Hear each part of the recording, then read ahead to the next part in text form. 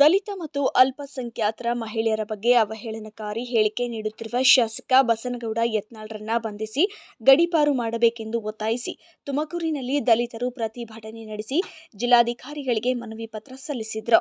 ದಲಿತ ಅಲ್ಪಸಂಖ್ಯಾತ ಹಾಗೂ ಹಿಂದುಳಿದ ವರ್ಗಗಳ ಒಕ್ಕೂಟದ ವತಿಯಿಂದ ತುಮಕೂರಿನ ಟೌನ್ಹಾಲ್ ವೃತ್ತದಿಂದ ಜಿಲ್ಲಾಧಿಕಾರಿಗಳ ಕಚೇರಿಯವರೆಗೆ ಪ್ರತಿಭಟನಾ ಮೆರವಣಿಗೆ ನಡೆಸಿ ಶಾಸಕ ಬಸನಗೌಡ ಯತ್ನಾಳ್ ವಿರುದ್ಧ ಆಕ್ರೋಶ ವ್ಯಕ್ತಪಡಿಸಿದ್ದಾರೆ.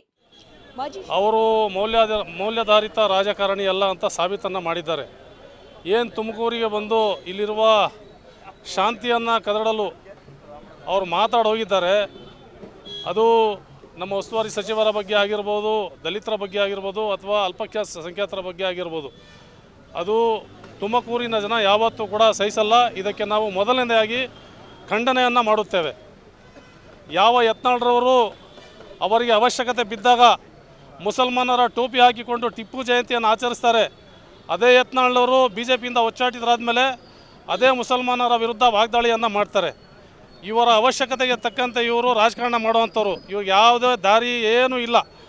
ಸಮಾಜದಲ್ಲಿರುವ ಶಾಂತಿಯನ್ನು ಕದಡಲು ಇವರು ರಾಜ್ಯದಲ್ಲೆಲ್ಲ ಪ್ರವಾಸ ಮಾಡಿ ಜನಗಳಿಗೆ ತೊಂದರೆಯನ್ನು ತಂದುಕೊಡ್ತಾ ಇದ್ದಾರೆ. ಈಗಾಗಲೇ ಅವ್ರ ಮೇಲೆ 71 ಮೊಕದ್ದಮೆಗಳನ್ನು ದಾಖಲಿಸಿದ್ದಾರೆ. ಸರ್ಕಾರದವರು ಅವ್ರನ್ನ ಬಂಧಿಸಬೇಕು. ನಾವೆಲ್ಲರೂ ಕೂಡ ದಲಿತ ಪರ ಸಂಘಟನೆಗಳು, ಅಲ್ಪಸಂಖ್ಯಾತರ ಒಕ್ಕೂಟದವರೆಲ್ಲ ಸೇರಿ ಅವರಿಗೆ ಖಂಡನೆಯನ್ನು ಮಾಡ್ತೇವೆ. ಏನು ನೀವು ಬೇರೆ ಬೇರೆಯಾದ ಜಾತಿಯ ಒಂದು ಏನು ಸಮ್ಮಿಲನ ಇದೆ, ನಮ್ಮ ಸಂವಿಧಾನದಲ್ಲಿ ಬಾಬಾ ಸಾಹೇಬ್ ಅಂಬೇಡ್ಕರ್ ಅವರು ನಮಗೆ ಸಂವಿಧಾನವನ್ನು ಕೊಟ್ಟೋಗಿದ್ದಾರೆ, ಸಮಾಜವನ್ನು ಕೊಟ್ಟೋಗಿದ್ದಾರೆ. ಯಾರೇ ದೊಡ್ಡವರಾಗಲಿ ಯಾರೇ ಚಿಕ್ಕವರಾಗಲಿ ಎಲ್ಲರೂ ಕೂಡ ಭಾರತೀಯ ಪ್ರಜೆಗಳು. ನಮಗೇನು ಇಲ್ಲಿ ಜೀವನ ಮಾಡೋಕ್ಕೆ ಶಾಂತಿಯುತವಾಗಿ ಒಂದು ಅವಕಾಶವನ್ನು ಅಂಬೇಡ್ಕರ್ ಸಾಹೇಬರು ಕೊಟ್ಟೋಗಿದ್ದಾರೆ. ಹಾಗೂ ಅದರ ಜೊತೆಗೆ ಮಹಿಳಾ ಮುಖಂಡರುಗಳು ಸೇರಿ ಇವತ್ತು ಬಿಜಾಪುರಿನ ಶಾಸಕರಾದ ಬಸನಗೌಡ ಯತ್ನಾಳವರ ಇತ್ತೀಚಿನ ಹೇಳಿಕೆಗಳ ವಿರುದ್ಧವಾಗಿ ನಾವು ಪ್ರತಿಭಟನೆ ಮಾಡ್ತಾ ಇದ್ದೀವಿ. ಸಂವಿಧಾನದ ಅಡಿಯಲ್ಲಿ ರೈಟ್ ಟು ಸ್ಪೀಚ್ ಅಂದರೆ ಮಾತನಾಡಲು ಎಲ್ಲರಿಗೂ ಹಕ್ಕಿದೆ. ಆದರೆ ಈ ರೀತಿಯಾಗಿ ಮಾತಾಡುವಂಥ ಅವಕಾಶ ಸಂವಿಧಾನದಲ್ಲಿ ಇಲ್ಲ. ನೀವು ಇತ್ತೀಚೆಗೆ ನೋಡಿರ್ಬೋದು, ಈ ಅವಿವೇಕಿ ಶಾಸಕ ಇತ್ತೀಚೆಗೆ ದಲಿತ ಮಹಿಳೆಯರ ವಿರುದ್ಧವಾಗಿ, ಮುಸಲ್ಮಾನರ ಮಹಿಳೆಯರ ವಿರುದ್ಧವಾಗಿ ಹೇಳಿಕೆಗಳನ್ನು ಕೊಡ್ತಾರೆ. ಮೊನ್ನೆ ತಾನೇ ತುಮಕೂರು ನಗರಲ್ಲಿ ಅನೇಕ ವರ್ಷಗಳಿಂದ ಏನೋ ಶಾಂತಿಯುತವಾಗಿ ಗಣೇಶ ವಿಸರ್ಜನೆ ಮಹೋತ್ಸವ ನಡ್ಕೊಂಡು ಬರ್ತಾ ಇದೆ. ನಾವೆಲ್ಲರೂ ಅದರಲ್ಲಿ ಭಾಗವಹಿಸ್ತಾ ಇದ್ದೀವಿ.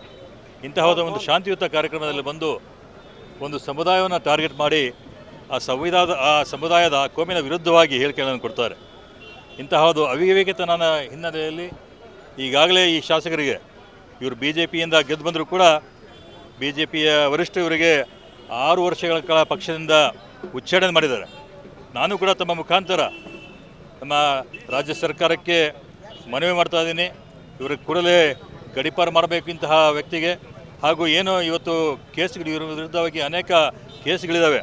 ಈ ಕೇಸ್ಗಳ ಮುಖಾಂತರ ಅವರಿಗೆ ಶಾಸಕರ ಸ್ಥಾನದಿಂದ ವಜಾಗೊಳಿಸಲು ಮಾನ್ಯ ಗೌರವಾನ್ವಿತ ಗವರ್ನರ್ ಕೂಡ ತಾವು ಮುಂದಿನ ಕ್ರಮಕ್ಕೆ ಪತ್ರಗಳನ್ನು ಬರೀಬೇಕಂತ ಹೇಳ್ಬಿಟ್ಟು ನಾನು ಸರ್ಕಾರಕ್ಕೆ ಈ ಮುಖಾಂತರ ಎಲ್ಲರ ಮುಖಂಡರ ಪರವಾಗಿ ನಾನು ಒತ್ತಾಯ ಮಾಡಿ ಇವತ್ತು ಈ ರೀತಿಯ ಹೇಳಿಕೆಗಳನ್ನು ಯಾರೇ ಆಗಲಿ ಕೊಡಬಾರ್ದು.